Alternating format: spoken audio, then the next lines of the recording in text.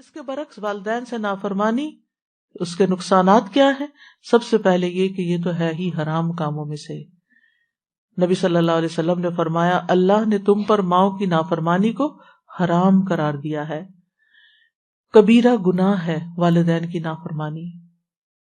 نبی صلی اللہ علیہ وسلم سے کبیرہ گناہوں کے بارے میں پوچھا گیا تو آپ نے فرمایا اللہ کے ساتھ کسی کو شریک ٹھہرانا اور ماں باپ کی نافرمانی کرنا۔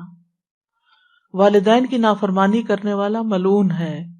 رسول اللہ صلی اللہ علیہ وسلم نے فرمایا اللہ ایسے شخص پر لعنت کرے، یعنی وہ رحمت سے دور ہو جائے، جس نے اپنے والدین کی نافرمانی کی، یعنی ایک جائز بات نہیں مانی یا ان کو گالی دی، برا بھلا کہا۔